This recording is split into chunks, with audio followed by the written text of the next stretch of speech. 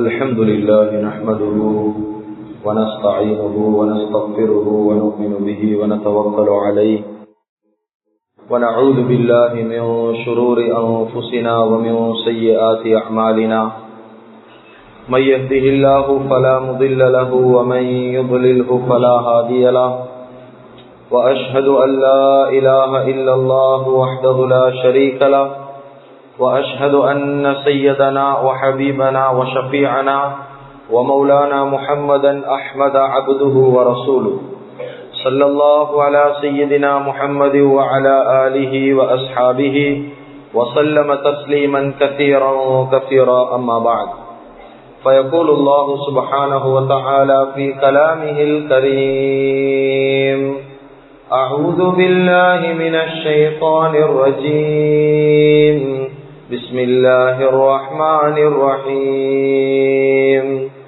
إنما أموالكم وأولادكم فتنة والله عنده أجر عظيم صدق الله العظيم. عن الأسود بن خلف وخولة بن حكيم رضي الله عنهما عن النبي صلى الله عليه وسلم قال قال رسول الله صلى الله عليه وسلم إن الولد مبخلة مجبنة مجهلة مخزنة رواه صحيح الجامع صدق رسول الله صلى الله عليه وسلم أو كما قال صلى الله عليه وسلم. முழு உலகத்தையும் அண்ட சராசரங்களையும் படைத்து பரிபாலித்து போஷித்து பாதுகாத்து கொண்டிருக்கக்கூடிய ஏக வல்லவனாகிய அல்லாஹ்வுக்கு சுப்ஹானஹு வ தஆலா ஒருவனுக்கே புகழ் அனைத்தும். அல்ஹம்துலில்லாஹ்.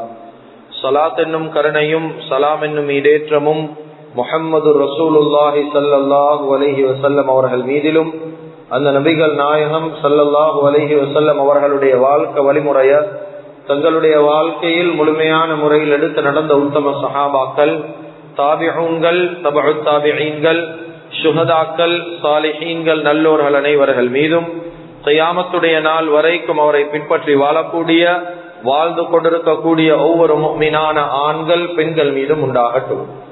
புனிதமான ஜும்மாவுக்கு சமூகம் தந்திருக்கும் அல்லாஹுவின் நல்லடியார்களே, அருமையானவர்களே, அல்லாஹ்வுக்கு சுப்ஹானஹு வ தஆலா இந்த விடயங்களை செய்யுமாறு ஏவிருக்கிறானோ அந்த விடயங்களை முடியுமான அளவெடுத்து நடக்குமாறும், எந்த விடயங்களை செய்ய வேண்டாம் என்பதாக அல்லாஹ்வுக்கு சுப்ஹானஹு வ தஆலா தடுத்திருக்கிறானோ அவைகளை விட்டு முற்றும் முழுதும் 100க்கு 100 தூரமாக இருக்குமாறும் முதலாவதாக எனக்கும் அதற்கு பின்னால் அவங்களுக்கும் தக்வாவை கொண்டு வசியத் செய்து கொள்கின்றேன்.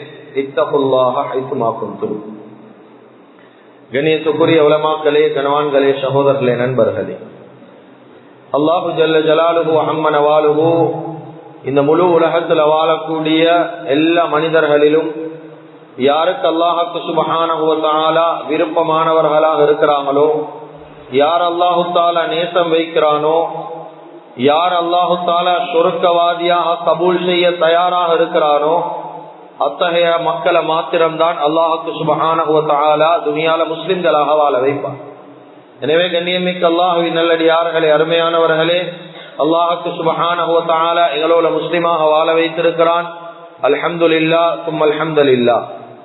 கண்ணியத்துக்குரிய அல்லாஹ்வின் நல்லடியார்களே, அருமையானவர்களே, முஸ்லிம்கள் என்று சொல்லக்கூடிய நேரம் அல்லாஹ்வுக்கு சுப்ஹானஹு வ தஆலா துனியால வாழக்கூடிய இந்த சுருக்கமான வாழ்க்கையில பலவிதமான பொறுப்புகளை சுமந்த ஒரு மனிதனாக, பலவிதமான பொறுப்புகள் அவனுடைய உள்ளத்துல அவனுடைய தலைகள்ல சுமந்த ஒரு மனிதனாக ஒவ்வொரு முஸ்லிம்களையும் அல்லாஹு தஆலா துனியால வாழ வைத்திருக்கிறான்.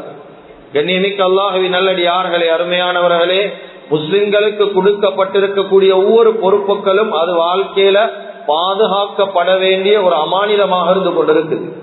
முஸ்லிம்களுக்கு தரப்பட்டிருக்கக்கூடிய ஒவ்வொரு பொறுப்புகளும் அது எந்த பொறுப்புகளாக இருந்தாலும் வாழ்க்கையில சுமக்கக்கூடிய ஒவ்வொரு பொறுப்புகளும் அது அல்லாஹுவால தரப்பட்டிருக்கக்கூடிய அமானிதம் என்பதை யாரும் வாழ்க்கையில மறந்துடவான். கண்ணியமிக்க அல்லாஹுவின் நல்லடியார்களே, அருமையானவர்களே, எனவே அந்த அடிப்படையே முஸ்லிம்களுக்கு கொடுக்கப்பட்டிருக்கக்கூடிய பொறுப்புகள்ல மிக முக்கியமான ஒரு பொறுப்பு தான், ஒவ்வொரு முஸ்லிம்களாலும் பாதுகாக்கப்பட வேண்டிய ஒரு பொறுப்பு தான், தற்காலத்துல ஒவ்வொரு முஸ்லிம்களுக்கும் பெரிய ஒரு சவாலாக சேலஞ்சாக அமைந்திருக்கக்கூடிய ஒரு பொறுப்பு தான் பிள்ளை வளர்ப்பு என்று சொல்லக்கூடிய பொறுப்பு.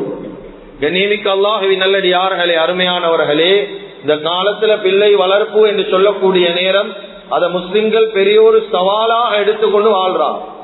பெரிய ஒரு சவால், பெரிய ஒரு சேலஞ்ச் தான் பிள்ளை வளர்ப்பு என்று சொல்றது.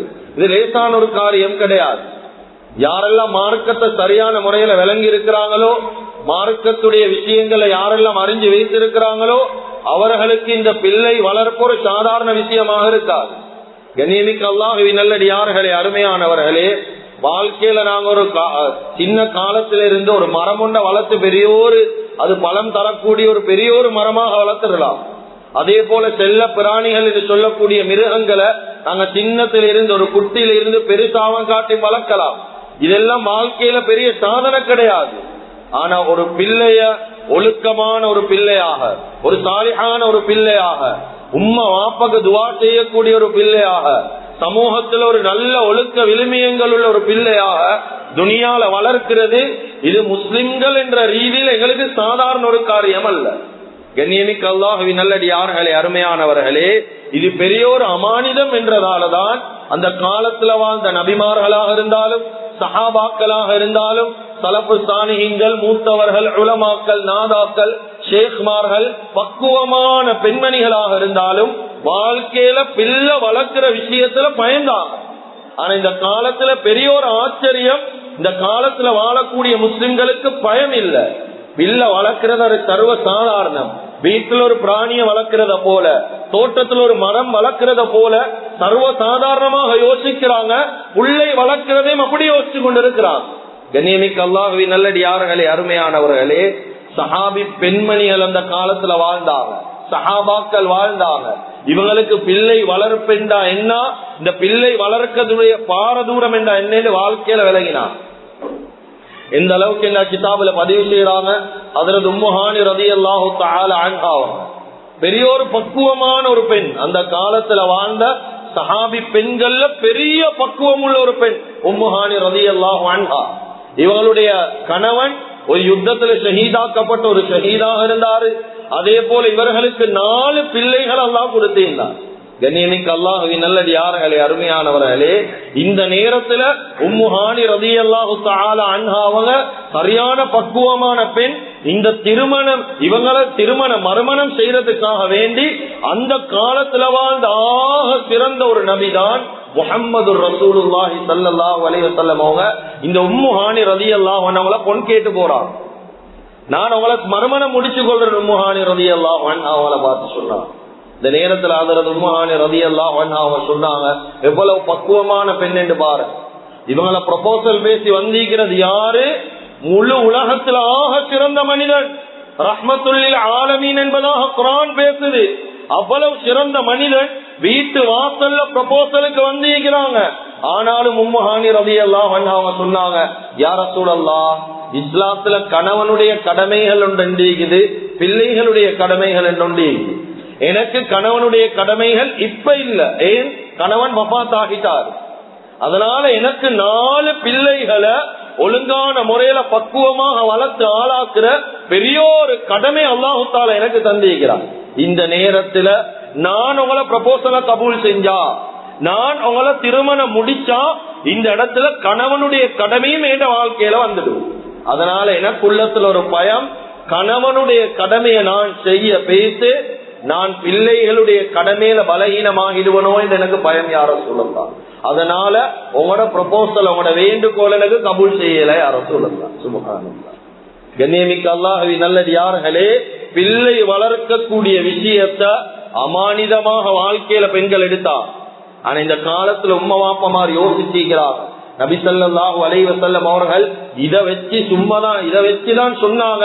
சும்மா பல விஷயங்களை பேசல இஸ்லாத்துல சொன்னாங்க. பிள்ளை வளர்க்கக்கூடிய பாரதூரம் எப்ப பெற்றோருக்கு விளங்கும் தெரியுமா? கியாமத்துடைய நாள் அல்லாஹு தஆலா ஒவ்வொரு தனி மனிதனை கேள்வி கேட்கக்கூடிய சந்தர்ப்பத்துல ஒவ்வொரு தனி மனிதனை கேள்வி கேட்கறதுக்கு முன்னால அந்த தனி மனிதனுடைய பெற்றோர்கிட்ட தான் கேள்வி கணக்கு நடக்கும். உன பிள்ளை நீ வாழ்க்கையில எப்படி வளர்த்தாய், பிள்ளைக்கு என்னென்ன ஒழுக்கங்களை வாழ்க்கையில சொல்லி கொடுத்தாய், ஒவ்வொரு பெற்றோர்கிட்ட தனி மனிதனுக்கு முன்னால பெற்றோர்களிடத்தில் அவனை பத்தி விசாரிக்கப்படும். கண்ணியமிக்க அல்லாஹ்வின் நல்லடியார்களே, அருமையானவர்களே, நாங்கள் எல்லாரும் யோசிக்கிறது, பிள்ளை வளர்ப்பு என்று சொல்லக்கூடிய நேரம் 1-2 கடமைகளை நாங்க வாழ்க்கையில செஞ்சா எங்கட கடமை முடிஞ்சு. உதாரணமாக புள்ள கிடைச்சா அந்த பிள்ளைக்கு அழகான பெயரை தேடி வைக்கிறோம். முழு உலகத்தில் இல்லாத ஒரு பெயரை தேடி வைக்கிறோம். பேர் வைக்கிறதுக்கு மட்டும் பல நாட்கள் எடுத்துக்கொள்றோம். அதே போல அடுத்த கட்டமாக பேர் வச்சதுக்கு பின்னால ஹக்கீகா கொடுக்கக்கூடிய விஷயத்துல கவனம் செலுத்துறோம். அந்த பிள்ளைகளுக்கு நல்ல நல்ல ஆடைகள் எடுத்து கொடுக்கிறோம், நல்ல நல்ல சாப்பாடுகளை கொடுக்கிறோம். இதெல்லாம் கொடுத்தா எங்கட கடமை முடிஞ்சு என்பதாக பிள்ளை வளர்ப்ப ஒரு வட்டத்துக்குள்ளால நாங்க வச்சு கொண்டிருக்கிறோம். கண்ணியமிக்க அல்லாஹ்வின் நல்லடியார்களே, அருமையானவர்களே, ஆனா பெற்றோர்கள் செய்யக்கூடிய ஆகப்பெரிய தவறு என்ன தெரியுமா? பிள்ளைகளுக்கு ஆடை கொடுக்கிறாங்களோ இல்லையோ, சாப்பாடு கொடுக்கிறாங்களோ இல்லையோ, கட்டாயம் கொடுக்கணும், பேர் வைக்கிறாங்க, இப்படி எல்லாம் இந்த எல்லாம் கடமைகள் எப்படியோ அதே போல அந்த பிள்ளைகளுக்கு தகுதியான வயதுல சில ஒழுக்க விழுமியங்களை வாழ்க்கையில படிச்சு கொடுக்கிறது கட்டாயம். மார்க்கத்துடைய சட்ட திட்டங்கள் அந்த பிள்ளைகளுக்கு படிச்சு கொடுக்கிறது கட்டாயம். எவ்வளவு மிம்பர்கள்ல இந்த விஷயங்கள் சொல்லப்படுவது, எவ்வளவு உலமாக்கள் மூலமா வித்தியாசமான முறையில பேசப்படுவது, எவ்வளவு தலைப்புகள்ல சொல்லப்படுவது. கண்ணியமிக்க அல்லாஹ்வின் நல்லடியார்களே, ஆனா எங்கட சமூகம் இது ஒரு காதால் எடுத்து அடுத்த காதால விடுறோம். கண்ணியமிக்க அல்லாஹ்வின் நல்லடியார்களே, அருமையானவர்களே, எப்ப நாங்க வாழ்க்கையில பிள்ளைகளுடைய விஷயத்துல பலகீனமாக இருப்போமோ, பிள்ளைகளுடைய வாழ்க்கையில எப்ப ஒழுக்கம் இல்லாம போகுமோ, பிள்ளைகளுடைய வாழ்க்கையுடைய நெறிமுறை தவறும். வாழ்க்கையில இந்த பிள்ளைகள் தடம் மாறி போவாங்க. ஒழுக்கங்கள் தகுதியான வயதுல சொல்லி கொடுக்கப்படணும். ஒவ்வொரு விஷயங்களுடைய ஒழுக்கம் சொல்லி கொடுக்கப்படணும். நாங்க எல்லாரும் பின்பற்றக்கூடிய மார்க்கம் இருக்குது, இது எப்படி ஒழுக்கமான மார்க்கம் என்று கொஞ்சம் படிங்க. இத போல ஒரு மார்க்கம் துனியால எங்கேயுமே இல்லை. சேலஞ்சாக பேச முடியும், துனியால இத போல ஒழுக்கம் சொல்லி தரக்கூடிய ஒரு மார்க்கம் துனியால இல்ல. கண்ணியமிக்க அல்லாஹ்வின் நல்லடியார்களே, அருமையானவர்களே, மனிதனுடைய வாழ்வுல அன்றாடிய வாழ்வியல்ல என்னென்ன விஷயங்கள் நடக்குதோ அத்துணை விடயங்களுடைய ஒழுக்கமும் இந்த மார்க்கத்துல சொல்லப்பட்டு, ஒரு மனிதன் எப்படி சாப்பிடணும், எப்படி சாப்பிட்டு முடிக்கும், எப்படி தூங்க போகணும், எப்படி தூங்கி எழும்போணும், எப்படி டாய்லெட் போகணும், எப்படி டாய்லெட்ல இருந்து வெளியே வரணும், எப்படி டாய்லெட்ல உட்காரணும், ஒழுக்கம், எப்படி தூங்கணும், எப்படி தூங்கி எழும்போணும்.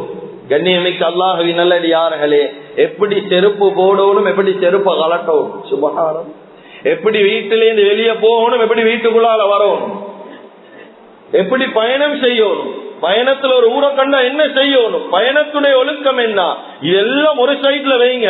திருமணத்துடைய ஒழுக்கத்தை பேசுது, தலாக்குடைய ஒழுக்கத்தை பேசுது. இதெல்லாம் தாண்டி வாழ்க்கையில ஒரு முஸ்லிம் எப்படி எச்சி துப்போணும் என்று சொல்ற மார்க்கம் தான் இஸ்லாம்.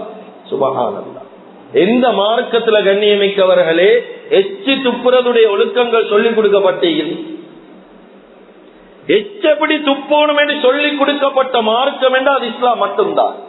அப்ப எவ்வளவு ஒழுக்கங்கள் வாழ்க்கையில சொல்லி தரப்பட்டீர்கள். கண்ணியமிக்க அல்லாஹ்வின் நல்லடியார்களே, அருமையானவர்களே, இவ்வளவு ஒழுக்கம் சொல்லி கொடுக்கப்பட்ட இந்த மார்க்கத்தில் இருக்கக்கூடிய எவ்வளவு முஸ்லிம் பிள்ளைகளுடைய வாழ்க்கை ஒழுக்கம் இல்லாம வைத்துக் கொண்டு கவலையா இல்லையா? இவ்வளவு ஒழுக்கங்கள் வாழ்க்கையில சொல்லிக் கொடுக்கப்பட்டிருக்கிற இந்த மார்க்கத்துல. ஆனா இந்த மார்க்கத்தை பின்பற்றக்கூடிய எத்தனையோ முஸ்லிம் வாலிபர்களுடைய, வாலிப பெண்களுடைய, எவ்வளவு பிள்ளைகளுடைய வாழ்க்கையில ஒழுக்கம் இல்லாதது ஆச்சரியம். ஏன் ஒழுக்கம் இல்ல? கண்ணியமிக்க அல்லாஹ்வின் நல்லடியார்களே, அருமையானவர்களே, ஆச்சரியம் கலந்த கவலை என்ன தெரியுமா? எவ்வளவு வாலிபர்கள் தடம் மாறி போறாங்க, எவ்வளவு வாலிபர்கள் சமுதாய சீர்கேட்டில் இருக்கிறாங்க. ஒரு சமூகத்தை வழி கெடுக்க கூடியவனாக முஸ்லிம் வாலிபன் இருக்கிறான். ஆனாலும் ஆச்சரியம் கலந்த கவலை, இதெல்லாம் பார்த்து கொண்டு இருக்கக்கூடிய பெற்றோர்களும் வாழ்க்கையில் இருக்கிறார். பிள்ளைகளுக்கு வாய திறந்து புத்தி சொல்ல பயமேன், புத்தி செல்லக்கூடிய வயசு அந்த பொடியன் தாண்டிட்டான். அப்ப நாங்க வெறுமனே சாப்பாடை கொடுத்து கொண்டு இருந்தோம், உடுப்ப கொடுத்து கொண்டு இருந்தோம், அழகான பெயரை வச்சோம், வாழ்க்கையில் எதை கொடுக்க தவறிட்டோம், ஒழுக்கத்தை சொல்லி கொடுக்க தவறிட்டோம். ஒவ்வொரு விஷயங்களுடைய ஒழுக்கம் அந்த பிள்ளைகளுக்கு தகுதியான வயதுல சொல்லி கொடுக்கப்படும். அப்படி இல்லையா ஒரு கட்டத்துல கேட்பான் பொடியன், எது வரைக்கும் கேட்பான், 15 வயது மட்டும் கேட்பானா? 16 வயது, 18 வயது, 20 வயதுல கேட்பானா? அடுத்த கட்டம் அவன் எதிர்த்து பேச ஆரம்பிப்பான். ஏன்? தோளுக்கு மேல வளர்ந்துட்டான். இப்ப அவனை கண்ட்ரோல் பண்ண இயலாம போகும். எப்ப சொல்லி கொடுக்கப்படணும்? நாங்க சொல்லி கொடுக்கப்பட வேண்டிய வயதிலேன்னு சொல்லி கொடுப்போம். கண்ணியமிக்க அல்லாஹுவின் நல்லடியார்களே, அருமையானவர்களே. ஆனா கவலைதான், எவ்வளவு மூத்தவர்களோட பேசக்கூடிய நேரம் சொல்றாங்க, யாரும் இந்த பேச்ச தவற எடுக்கவாங்க. சில வாப்பம்மாருக்கு இந்த பயான்களை கேட்டா ரோஷம் போடு, கோபம் பாரு. நாங்க என்ன, நாங்களா பிள்ளைய வலிக்கெடுக்கிறோம்? நாங்களா கொண்டு போய் டோப் அடிக்க பழக்கிறோம்? நாங்களா பாவத்தை பழக்கிறோம்? இப்படி எல்லாம் கோவப்படுறாங்க. கண்ணியமிக்க அல்லாஹுவின் நல்லடியார்களே, அருமையானவர்களே, கேட்டா சொல்றாங்க அந்த காலம் வேற, இந்த காலம் வேற, அதெல்லாம் வேறா. கண்ணியமிக்க அல்லாஹுவின் நல்லடியார்களே, அந்த காலத்துல பின்பற்றின இஸ்லாம தான் இன்னும் பின்பற்றுவோம். இந்த காலத்துல இந்த இஸ்லாத்துல ஈக்கிறோமோ அதே இஸ்லாம் தான் இன்னும். இதுக்கு பிறகு எத்தனை வருஷம் போனாலும் இதே இஸ்லாம் தான். மனிதர்கள் தான் மாறி இருக்கிறாங்க, மார்க்கம் மாறல்ல. மனிதர்களுடைய வாழ்வியல்ல மட்டும்தான் மாற்றம்.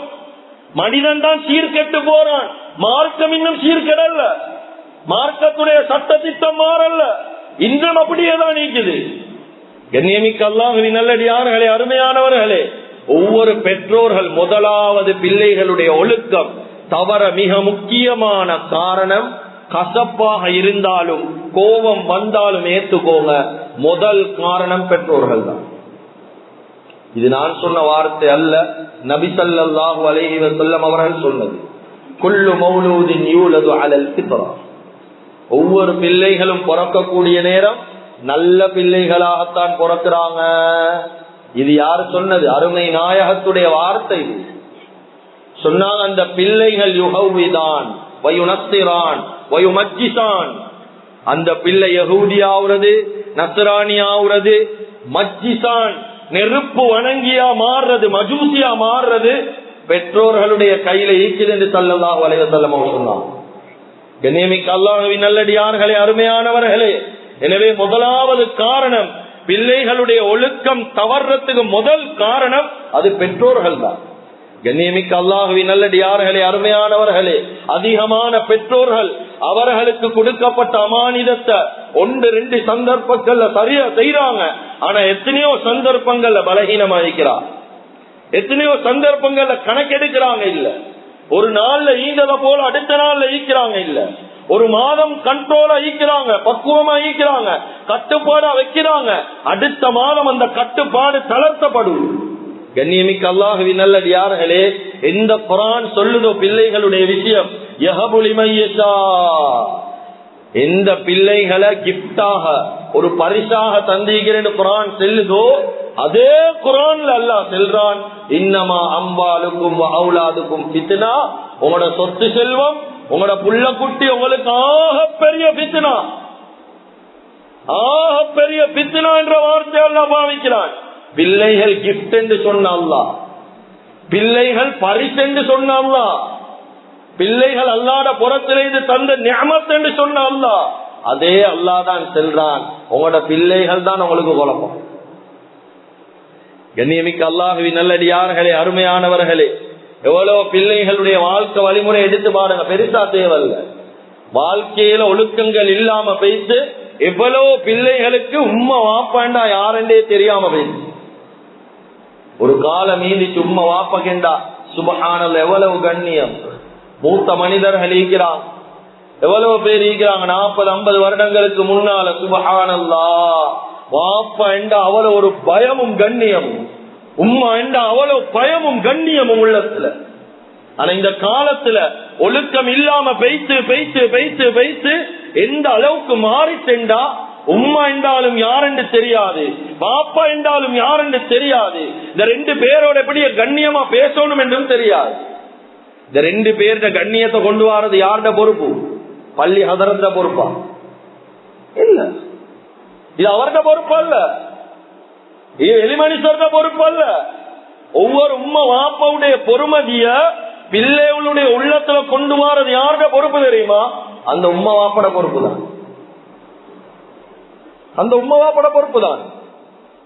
ஏனென்றா தாய் சொல்லி கொடுக்கணும் பிள்ளைகிட்ட கூப்பிட்டு வாப்பட பொறுமதி. நீங்க வாங்க, வாப்பா எவ்வளவு கஷ்டப்படுறாங்க விளங்குதா, எவ்வளவு இடத்துல ஏறி இறங்குறாங்கன்னு விளங்குதா, வாப்பட தியாகம் என்னன்னு உங்களுக்கு விளங்குதா, எவ்வளவு இடத்துல கடன் எடுத்து கடனாளியா வாழ்றாங்கன்னு விளங்குதா மகன் அவனுக்கு. ஏன் கஷ்டப்படுறாரு வாப்பா எங்களுக்காக வேண்டி, ஏன் இவ்வளவு சிரமப்படுறாரு, சொல்லி கொடுக்கிறது தாயிட பொறுப்பு. ஆனா தாய் இந்த காலத்துல எப்படி சொல்லி கொடுக்கிறா, துனியால யாரையும் நம்ப வாப்பாவை மட்டும் நம்பிராது என்றார். இப்ப இந்த புள்ளத்துல வாப்பட கண்ணியம் ஈக்குமா பிள்ளை நடக்குது சமூகத்துல, எவ்வளவு குடும்பங்கள்ல இது நடக்குது. சொந்த தாய் சொல்லி கொடுக்கிறா வாப்பாவை நம்பாத, பாப்பாவோட சேராத, பாப்பா இப்படி இப்படி, பாப்பா எனக்கு அடிக்கிறார், சொந்த பிரச்சனைய கூட பிள்ளைகளுக்கு சொல்லி கொடுக்கிறா. இப்ப பிள்ளைகளுடைய உள்ளத்துல பாப்பட கண்ணியம் ஈக்காது. பெருசாவினா யோசிப்பான், அடிக்கட்டுமே குடுக்கிற திருப்பி என்ற யோசனையில தான் வளருவான். ஏன் பயம் பண்ணி பண்ணி பண்ணி பண்ணி பிள்ளைகளுடைய உள்ளத்துல வாப்பா என்றாவே அருவருப்பாரு. ஏத்துக்கொள்ளணும், இதெல்லாம் நடக்குது குடும்பத்துல. இரண்டாவது கட்டம், வாப்பமார் சொல்லி கொடுக்குறாங்க பிள்ளைகளுக்கு, உம்மாவை மட்டும் நம்பிராத வாப்பா, நம்பிதான் என் வாழ்க்கை நடு ரோட்ல இருக்குது, நம்பிதான் என் வாழ்க்கை நாசமா இருக்குது. யாரையும் நம்பு, அடுத்த விட்டு மனுஷியே நம்பு, ஆனா உம்மாவை மட்டும் நம்பாத. இது யாரு கொடுக்கிற தர்பியா? இது வாப்பா கொடுக்கிற தர்பியா பிள்ளைக்கு? இப்ப உள்ளத்துல கைய வச்சு யோசிங்க, இந்த பிள்ளைகளுடைய உள்ளத்துல அனுப்புற இடத்துல வாப்பா உம்மாண்டா யாரண்டா அதர சொல்லி சரி வருமா? சரி வராது. ஏன் தந்தையோட வாழக்கூடிய தாய் சர்டிபிகேட் கொடுக்கிறா வாப்பா மோசம் என்று, தாயோட வாழக்கூடிய தந்தை சர்டிபிகேட் கொடுக்கிறார் தாய் மோசம் என்று. அப்ப இந்த பிள்ளைகளுடைய பார்வையில ரெண்டு பேரும் மோசமானவங்க என்ற அந்த எண்ணம் உள்ளத்துல வந்துடும். இப்ப பெருசாமி அந்த பிள்ளைகள் தாயும் தந்தையும் மதிக்காது. இது யாரோட பொறுப்பு தெரியுமா? உம்மா வாப்பட பொறுப்பு தான். அவங்க அவனோட கண்ணியத்தை கொடுக்கிறது, வாப்பட கஷ்டத்தை கொடுக்கிறது. அதுதான் இந்த காலங்கள்ல கூட ஜப்பான் நாட்டுல பாடசாலைகள் 1ஆம் ஆண்டு 2ஆம் ஆண்டு 3ஆம் ஆண்டு 5ஆம் ஆண்டு 6ஆம் ஆண்டு சின்ன சின்ன தரத்துல படிக்கக்கூடிய பிள்ளைகளுக்கு ஒரு காணொளி வீடியோன்னு போட்டு காட்டுறாங்க. எப்படி தெரியுமா? வாப்பா வெளியில கஷ்டப்படுறாரு, அந்த கஷ்டப்படுறத ஒரு வீடியோவாக செஞ்சு பிள்ளைக்கு போட்டு காட்டுறான் ஸ்கூல்ல. இப்ப இந்த புள்ள கண்ணீர் வடிக்குது, வாப்பட கஷ்டம் பிள்ளைக்கு விளங்குது. இப்ப கஷ்டப்படுற வாப்பாவை ஒரு நாளும் புள்ள சீரழிக்காது, ஒழுங்கா படிக்கும் வாழ்க்கையில. கண்ணியமிக்க அல்லாஹுவின் நல்லடியார்களே, அருமையானவர்களே, எனவே முதலாவது உம்மா வாப்பாவுடைய கண்ணியம் உள்ளத்திலிருந்து கலட்டப்படும் பிள்ளைகளுக்கு ஒழுக்கம் கொடுக்கப்படலையா, முதலாவது இதுதான் நடக்கும். கண்ணியமிக்க அல்லாஹுவின் நல்லடியார்களே, அருமையானவர்களே, எவ்வளவு வாப்பம்மார்கிட்ட கேளுங்க, சும்மா வாயால சொல்லுவாங்க ஏண்ட மகன் ஏண்ட மகன் ஏண்ட மகன் அங்கே இருக்கிறாரு இங்கே இருக்கிறாரு. கொஞ்சம் டீப்பாக பேசி பார்த்தா எவ்வளவு வாப்பம்மார்ட கல் உடைஞ்சு விளங்கும், எவ்வளவு வாப்பம்மார் கவலைப்படுறாங்க என்று விளங்கும், எவ்வளவு வாப்பம்மார் தனியா ஈந்து அழுகுறாங்க என்று விளங்கும், எவ்வளவு வாப்பம்மார் எவ்வளவு கண்ணீர் வடிச்சு கதறாங்க என்று சொல்லி விளங்கும். ஏன் பிள்ளைகள் ஒழுங்காக நடக்கதில்லை. குர்ஆன் சொல்லுது எங்களுக்கு பிர்ருல் வாலிதைன பத்தி, உம்மா வாப்பாக்கு கண்ணியம் கொடுங்க அல்லாஹ் சொல்றான். ஆனா இந்த பிள்ளைகளுடைய உள்ளத்துல கண்ணியம் ஈக்காதே. கொடுக்க வேண்டிய வயதில உம்மா வாப்பாவுடைய கண்ணியங்கள் கொடுக்கப்படல. கண்ணியமிக்க அல்லாஹுவின் நல்லடியார்களே, எந்த வாப்பம்மாவை கொண்டு சொர்க்கம் போக முடியுமோ அந்த வாப்பம்மாவை கொண்டு இந்த புள்ள சொர்க்கம் சம்பாதிக்காது. ஏன்? தகுதியான வயதுல ஒழுக்கம் கொடுக்கப்படல. முழு உலகத்துல எல்லாத்தோடையும் இவனுக்கு பேச தெரியும், இவன் பொஸ்ஸோட எப்படி பேசணும்னு இவனுக்கு தெரியும், பொஸ் வர போகல எலும்பி நிக்கணும் என்று தெரியும், காலுக்கு மேல கால் போட்டு ஈக்க கூடாது என்று தெரியும், பொஸ் வாரத்துக்கு முன்னால் அவருடைய கேபினை கிளீன் பண்ணி வைக்கணும் என்று தெரியும், பொஸ்ட கண்ணியம் உள்ளத்துல இருக்குது, அவரோட எப்படி பேசணும் என்று தெரியும், பொன் தந்த மாமா மாமியோட எப்படி பேசணும் என்று தெரியும், மாமன் மச்சானோட எப்படி பேசணும் என்று தெரியும், மனைவியோட எப்படி பேசணும் என்று தெரியும், நண்பனோட எப்படி பேசணும் என்று தெரியும். ஆனா எவ்வளவு பெருசாக வளர்ந்து இன்னமும் தெரிய என் உம்மா வாப்போட எப்படி பேசணும் என்று தெரியும். கவலையா இல்லையா? இன்னும் வாப்போட எப்படி பேசணும் என்று தெரியா, உம்மாவோட எப்படி நடக்கணும் என்று தெரியா. என்ன காரணம்? தகுதியான வயதுல ஒழுக்கங்கள் கொடுக்கப்படல. நாங்க சும்மா சாப்பாடு கொடுக்கறதால பிள்ளைங்களை மதிக்காது. நாங்க ஹோட்டலுக்கு போய் சல்லிய கொடுத்தா ஹோட்டல்காரனும் தான் சாப்பாடு தருவான், உடுப்பு கடைக்கு போய் சல்லிய கொடுத்தா உடுப்பு விற்கிறவனும் தான் உடுப்பு தருவான். அது இல்லை இங்க விஷயம். தகுதியான வயதில் எப்படி தீன் கொடுக்கிறோமோ ஆடைகள் கொடுக்கிறோமோ ஒழுக்கங்களை சொல்லி கொடுங்க. மார்க்கம் என்னன்னு விளங்கப்படுத்து, இஸ்லாம் என்ன செல்லுது என்று விளங்கப்படுத்து. இப்படி ஒழுக்கம் இல்லாம வளரப்பட்ட எவ்வளவு பிள்ளைகளால சமூகத்துல பித்துனா அந்த பிள்ளைகளுக்கு தெரியாது வாலிப சமூகம் எதை நோக்கி போகுதுன்னு தெரியா. பெரியோரு கூட்டம் வாலிபத்துல ஒவ்வொரு மார்க்கத்துடைய பொறுமதி தெரியாம, ஒழுக்கங்கள் மார்க்கத்துடைய ஒழுக்கங்கள் தெரியாம எவ்வளவு வாலிபர்களுடைய முஸ்லிம் பிள்ளைகளுடைய வாழ்க்கை சீரழிக்கப்பட்டு கொண்டிருக்கிறது. ஒரு சமூகத்தை எடுத்து பார்த்தா பெண்களுக்கு ஒப்பாக வாலிபர்கள் மாறிக்கொண்டிருக்கிறார். பொம்பளைய போல நடக்கிறா, பொம்பளைய போல பேசுறா, பெண்களை போல ஆடைகள் உடுக்கிறா, பொம்பளைய போல மாலை போடுறாங்க, காப்பு போடுறாங்க, என்னென்னமோ செய்யறாங்க. பெண்களுக்கு என்னென்னலாம் சொல்லப்பட்டிருக்கிறதோ அத்துணை விஷயத்தையும் ஒரு வாலிபன் செய்யறான் ஆம்பளையாக இருந்து கொண்டு. இஸ்லாத்துல அணிகலன் ஆபரணங்கள் என்று சொல்லக்கூடிய நேரம் ஆண்களுக்கு அனுமதி வெள்ளி மோதிரம் மட்டும்தான். மாலை போட்டுக்கொண்டு திரிய மேலா, காப்பு போட்டுக்கொண்டு திரிய மேலா, இல்லாட்டி கொலுசு போட்டுக்கொண்டு திரிய மேலா, இதெல்லாம் பெண்களுக்குரியது. அதெல்லாம் பெண்களுக்குரிய ஆபரணங்கள், அது வேற. பெண்கள் உடுக்கக்கூடிய ஆடைகள் அதை எங்களுக்கு கொடுக்க முடியாது. ஒழுக்கங்கள் இருக்குது. எப்படி முடி வெட்டணும், எந்த அளவுக்கு முடி வளர்க்கணும், லிம்மா ஜும்மா வக்ரா, இந்த 3 முறையில தான் முடி வளர்க்கப்படணும். முடி வெற்றதாக இருந்தா எல்லா முடியும் ஒரே அளவுல தான் வெட்டப்படும். வளர்க்கிறதாக இருந்தா ஒரே மாதிரி காது சோன வரைக்கும் வளர்க்கிறது சுன்னத்.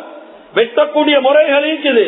ஒரு பக்கத்தை வலிச்சு இன்னொரு பக்கம் வச்சு நபி ஸல்லல்லாஹு அலைஹி வஸல்லம் அவங்களுடைய காலத்திலே இந்த மாதிரி சஹாபாக்கள் இருந்தாங்க. சொன்னாங்க, அல்லாஹ்வுடைய உதவியை விட்டு ரஹ்மத்தை விட்டு நீ தூரமாகுவாய், அல்லாஹ்வுடைய இரக்கம் உனக்கு கிடைக்காது. ஒரு பக்கத்தை வலிச்சு இன்னொரு பக்கம் வளர்த்தா. இந்த மாதிரி ஒழுக்கங்கள் சொல்லிக் கொடுக்கப்படணும் கண்ணியமிக்கவர்களே. அப்படி சொல்லிக் கொடுக்கப்படலையா அவங்க செய்யக்கூடிய ஒவ்வொரு விஷயத்தையும் சரி காணுவாங்க. வாழ்க்கையில சரி கண்டு கொண்டே இருப்பாங்க. எந்த அளவுக்கு சரி காணுவாங்க தெரியுமா? இபாதத்துடைய விஷயத்திலே கிழிஞ்ச உடுப்பு உடுத்துட்டு வாரத அவன் சுண்ணத்துன்னு நினைப்பான். நடக்குதா இல்லையா? பள்ளிக்கு வாராங்க கிழிஞ்ச உடுப்பு உடுத்துக்கொண்டு கேட்டா பெசன் என்றான். இஸ்லாத்துல அதுக்கு அனுமதிக்கா தெரியா. உருவம் உடுத்த ஆடைகளை உடுத்துக்கொண்டு வாரான். கேட்டா இப்ப புதுசாக ஒரு பத்துவான்னு சொல்றாங்க. எப்படி உருவம் உடுத்திக்கிறாரு, ஆனா கண்ணை மட்டும் அழிச்சுட்டு உடுக்கலும். யாரு கொடுத்த பத்துவா இது? கண்ணை மட்டும் அழிச்சேண்டா உருவம் இல்லாம வைத்துடுமா? உருவம் இல்லைன்னு கணக்கெடுக்கலுமா? ஒரு மனுஷனுக்கு எல்லாம் 2 கண்ணே பொட்டையாக்கிறான். இவன் மனுஷன் இல்லை, இவன் ஏலியன், வேற கிரகத்தை சேர்ந்தவன் தெரியலுமா? அப்படி சொல்லல.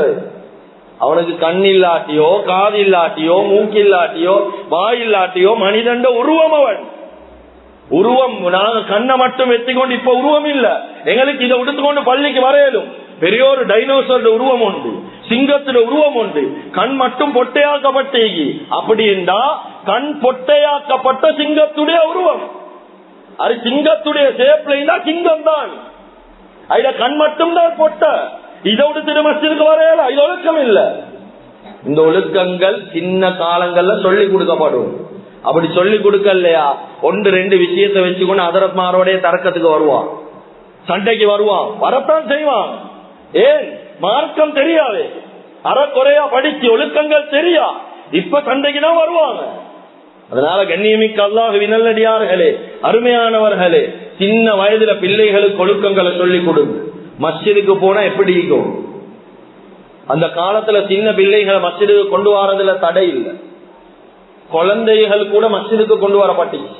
எந்த அளவுக்கு என்ன நபி ஸல்லல்லாஹு அலைஹி வஸல்லம் அவருடைய காலத்துல சின்ன பிள்ளைகள் கொண்டு வரப்பட்டா, சின்ன பிள்ளைகள் அழக்கூடிய சத்தம், பசியில் அழக்கூடிய நேரத்துல நபி ஸல்லல்லாஹு அலைஹி வஸல்லம் அவங்க தொழுவிச்சு கொண்டீங்கன்னா தொழுகே சுருக்குவாங்க. அந்த அளவுக்கு பிள்ளைகளோட இறக்கம் வச்சா. ஹசன் ஹுசைன் ரலியல்லாஹு அன்ஹுமா அவங்க ஓடி வருவாங்க. குத்துபா நடக்க போக்கல விழுந்துட்டாங்களா, மிம்பர்ல இருந்து இறங்கி பேசி ஹசன் ஹுசைன் ரலியல்லாஹு அன்ஹுமா அவங்களை தூக்குவாங்க. இந்த காலத்துல நான் அப்படி என்ன பிள்ளைக்கு செஞ்சா என்ன நடக்கும்? ஏன்? மார்க்கம் தெரியாது. எப்படி இறங்குவீங்க? மிம்பர்ல இருந்து போக ஏழுமா? எல்லாத்துக்கும் ஒரு முறைக்கேண்டுவோம். படிச்சவங்களே சும்மாதான் ஈப்போம், ஆனா படிக்காத 1-2 பேர் சொல்லுவான். ஏனென்றா மார்க்கத்துடைய விளக்கம் இல்ல. மார்க்கத்தை நாங்க கஷ்டமாக்குறோம். நாங்க எதை தனிக்கான்றோமோ அதுதான் மார்க்கம் என்ன நினைக்கிறோம். இல்ல, அந்த மார்க்கத்தை தான் பிள்ளைகளுக்கு சொல்லிக் கொடுக்குமாறு சொல்லப்படும். தேடி பிடிச்சு பிள்ளைகளுக்கு சொல்லிக் கொடுங்க. வாப்பா பள்ளிக்கு வாங்க, ஆனா எப்படி இருக்கும்? என்ன முறையில இருக்கணும்? தண்ணிய வீண் விரயம் செய்யக்கூடாது. தொழக்கூடிய நேரம் இடையில போகவான.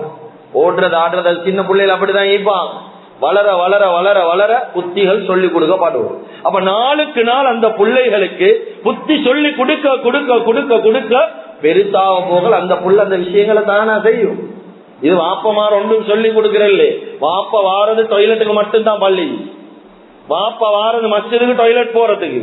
1க்கு 2க்கு வந்துட்டு அவ வாப்பக்கே கண்ணியம் தெரியா, அதான் செல்லுது. டாய்லெட்டுக்கு வந்துட்டு அவர் அப்படியே போறார் ரத்த முகத்தால. அப்ப எப்படி பிள்ளைகளுக்கு ஒழுக்கம் சொல்றது? கண்ணியமிக்க அல்லாஹ்வின் நல்லடியார்களே, இந்த பிள்ளைகளை வழி நடத்துறது எங்கட பொறுப்பப்பா. அப்படி இல்லையா பெரிய பித்னாக்கள் எங்களுக்கு தெரியும். எதிர்நோக்கி கொண்டிருக்கக்கூடிய நாள், எல்லாரும் பெரியதாக யோசிக்கிறது நல்ல பெரிய நாள் 31 பெரிய நல்ல பெரிய நாள் ஒன்ற எதிர்நோக்கி கொண்டிருக்கிறோம். அதிகமான இஸ்லாத்தை படிச்சவளோ மோடேனும், இஸ்லாத்தை படித்த அறிவு கெட்ட எத்தனையோ பேர் ஸ்டேட்டஸ்ல கூட போட்டிருக்கிறான். இது இந்த வருஷத்துடைய கடைசி ஜும்மாவாம், அடுத்த நாள் அவன் சாவ போறான். இது இந்த வருஷத்துல கடைசி ஜும்மாவாம். எங்கட வருஷம் எப்பயோ பிறந்து முடிஞ்சு, இது கடைசி ஜும்மா இல்ல, அது டிசம்பர் மாதத்துடைய கடைசி ஜும்மா. கண்ணியமிக்க அல்லாஹ்வின் நல்லடியார்களே, நல்ல பெரிய போஸ்ட்ல இருக்கிறார், நல்ல படிச்சிருக்கிறார். ஆனா இவர் போடுற ஸ்டேட்டஸ் பாருங்க, இவருக்கே மார்க்கத்துடைய விளக்கமே இல்ல. கண்ணியமிக்க அல்லாஹ்வின் நல்லடியார்களே, இந்த பேசிக் நாலேஜ தான் ஆரம்பத்திலேருந்து கொடுக்கணும் என்று சொல்றோம். இப்படி கொடுக்காம தவறி தவறி தவறி நாங்க ஒரு சரௌண்டிங் உள்ளுக்கு ஈக்கிறோம். ஆனா வெளியில கொஞ்சம் எடுத்து பாருங்க, கடைசியா இதோட முடிச்சுக்கணும்.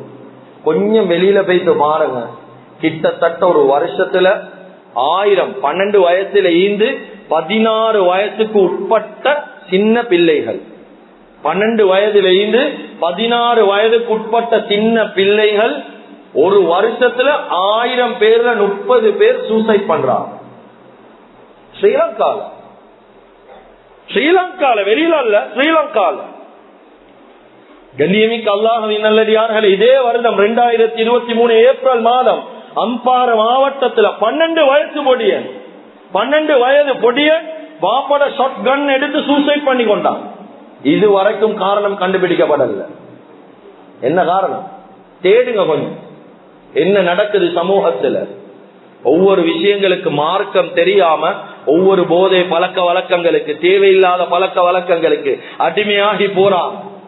மகனை சந்திக்க வாப்பவ சந்திக்க வந்தா இல்ல, கொஞ்சம் பேச வந்தா இல்ல, பள்ளியோட தொடர்பாக்க இல்ல. அப்ப எப்படி மகன் ஒழுக்கமா வளருவார்? நல்ல இன்டர்நேஷனல் ஸ்கூல்ல போனா மட்டும் ஒழுக்கம் அல்ல, நல்ல நல்ல பெரிய யூனிவர்சிட்டியில படிச்சா மட்டும் ஒழுக்கம் வராது. ஒழுக்கம் இல்லாத கல்வி எங்க படிச்சாலும் வேஸ்ட் தான்.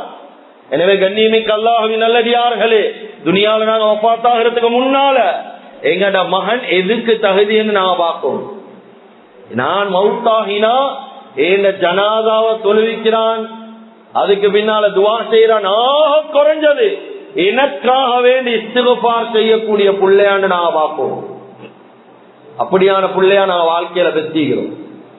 எத்தனையோ பிள்ளைகளுக்கு தாய் தந்தையுடைய கபரு தெரியா, அவன் அடக்கம் செய்யப்பட்ட இடம் தெரியா, அடக்கம் செய்யப்பட்ட திகதி தெரியா, ஹயாத்தோட வாழக்கூடிய நேரம் உம்மா வாப்பட கல்ப நோவடிச்சு, இப்ப மௌத்தாகி பல வருஷம், இப்ப உம்மா வாப்பட பொறுமதி விளங்கி வந்து கேட்கிறாங்க, ஹஸரத் மௌத்தாவிட்டாங்க, எப்படி மன்னிப்பு கேட்கிறேன்? நீயும் மௌத்தாவி பேசிதான் மன்னிப்பு கேட்குவோம், வேற எப்படி மன்னிப்பு கேட்க? ஹயாத்தோட வாழக்கூடிய சந்தர்ப்பத்தில் இந்த விஷயங்களை கொடுங்க கண்ணியமிக்கவர்கள். வஃபாத்தாகிறதுக்கு முன்னால எங்கட பிள்ளைகள் எங்களுக்காக இஸ்திக்ஃபார் செய்யக்கூடிய பிள்ளைகளை வாழ்க்கையில சம்பாதிக்கும். பெரிய நாங்க கெட்டிய சேர்த்து வச்சுட்டு வஃபாத்தாகிறல்ல, பெரிய பெரிய ஆட்களை சம்பாதிக்கிறல்ல, உள்ளத்துல கைய வச்சு யோசிங்க. அம்ர் இப்னு ஆஸ் ரலியல்லாஹு அன்ஹு அவங்க மௌத்தா போகக்கூடிய நேரம் உம்மத்துக்கு பெரிய ஒரு படிப்பொண்ணு சொல்லிட்டு வஃபாத்தாகினாங்க. அவங்களுடைய மகன்மார் எல்லாத்தையும் கூப்பிட்டு சொன்னாங்க, நான் வஃபாத்தாகினதுக்கு பின்னால், அம்ர் இப்னு ஆஸ் பெரிய சஹாபி, நான் வஃபாத்தாகி என்னுடைய ஜனாசா கபரிஸ்தான் அடக்கம் செய்யப்பட்டா, அடக்கின உடனே யாரும் ஓடிடுவாங்க. இது சொல்றது யாருக்கு? மகன்மாருக்கு சொன்னாங்க. என்னை அடக்கம் செய்யப்பட்டதுக்கு பிறகு எனக்காக வேண்டி ஒட்டகத்தை அறுத்து குர்பான் கொடுத்து பங்கிடக்கூடிய அளவுக்கு எனக்காக வேண்டி இஸ்திக்ஃபார் செய்யுங்க. இந்த ஹதீஸ நாங்க இன்னும் விளங்கல்ல, கொஞ்சம் யோசிங்க. ஒரு மாடு அறுத்து குர்பான் கொடுத்து பங்கிடுறதுக்கு எவ்வளவு நேரம் போகும்? ஹஜ்ஜுடைய சீசன் வந்தா எவ்வளவு நேரம்? ஒரு 3 ஹவர்ல பருத்து எல்லாத்தையும் பங்கிட்டு. ஒரு ஒட்டகம் அப்படியா இல்ல, ஒட்டகத்தை அறுத்து பங்கிட்டுறதே கிட்டத்தட்ட ஒரு 4.5 ஹவர் போகும். அம்ர் இப்னு ஆஸ் ரலியல்லாஹு சொன்னாங்க, ஒரு ஒட்டகத்தை அறுத்து குர்பான் கொடுத்து அதை பங்கிடுற அளவுக்கு எனக்கு இஸ்திக்ஃபார் செய்யுங்கன்னு மகன்மாருக்கு சொன்னாங்க. உள்ளத்துல கைய வச்சு யோசிங்க, வாழக்கூடிய வாழ்க்கையில புள்ளைகளுக்காக வேண்டிதான் வாழ்றோம், புள்ளைகளுக்காக வேண்டிதான் எல்லாம் செய்யறோம், புள்ளைகளுக்காக வேண்டிதான் கஷ்டப்படுறோம், எவ்வளவு ஏச்சு பேச்ச வாழ்க்கையில பொறுத்து கொள்றோம், எவ்வளவு கடனாளியாக துணியால வாழ்றோம். நான் வஃபாத்தாகினா, என்னை அடக்கம் செய்யப்பட்டா எனக்காக வேண்டி 4 அவர் எந்த புள்ளை இஸ்திக்ஃபார் செய்வான், அப்படியான புள்ளைய நாங்க சம்பாதிச்சுக்கிறோம். எனக்கு ஒத்தன் அடிச்சா இங்க வந்து நிற்பான் 4 பேர், வந்த 4 பேரும் ஜனாதகம் மண்ணை போட்டு ஓடிடுவான், 4 அவர் இஸ்திக்ஃபார் செய்ய மாட்டான். வாழ்க்கையில் அப்படியான யாரப்பா சம்பாதிச்சுக்கிறோம்? அப்ப நாங்க எவ்வளவு கஷ்டப்படுறது, பிள்ளைகளை வளர்க்கறதுல புரோசனமைதான். ஒழுக்கங்கள் சொல்லிக் கொடுக்கப்படும், மார்க்கத்துடைய விளக்கம் சொல்லிக் கொடுக்கப்படும். எங்களுக்கு ஒன்றும் செய்ய தேவையில்ல வாப்பா, நான் வஃபாத்தாகினா ஏண்ட ஜனாதார முழு கடமையும் நீதான் செய்யும். கேளுங்க, எங்கட பிள்ளைகள் கிட்ட கேளுங்க, உங்களுக்கு நான் மவுத்தாகினா எனக்கு குளிப்பாட்ட தெரியுமா? சின்னத்துல நீ நஜீஸ்ல நான் உனைய குளிப்பாட்டின, நான் மவுத்தாகின என்னைய உனக்கு குளிப்பாட்ட தெரியுமா? உனக்கு என்னைய கப்பன் செய்ய தெரியுமா? உடுப்பாட்ட தெரியுமா? எனக்காக நீ தொழுவிக்க தெரியுமா? கைய தூக்கி ஒரு தமிழால, அரபு தேவல்ல, உருது தேவல்ல, தமிழால யா அல்லாஹ் என் வாப்பட பாவத்தை மன்னிப்பாயாக, என் வாப்பட கபரை விசாலமாக்கி வைப்பாயாக, இப்படி தமிழ்ல ஒரு 2-3 வார்த்தை துவா செய்ய தெரியுமா? அப்ப நாங்க வாழ்க்கையில பெரிய பெரிய நிலைமைக்கு போயிட்டு என்ன புரோசனமே? சும்மா பள்ளி அதரத்தை தேடுறதில்ல, உலமாக்களை குத்தம் செல்றதுல அர்த்தம் அல்ல. உலமாக்கள் அவங்களோட வாப்பமாருக்கு துவா செய்யணுமே, எங்களுக்கு செய்யறது 2வது, அவனோட வாப்பமாருக்கு தானே 1வது.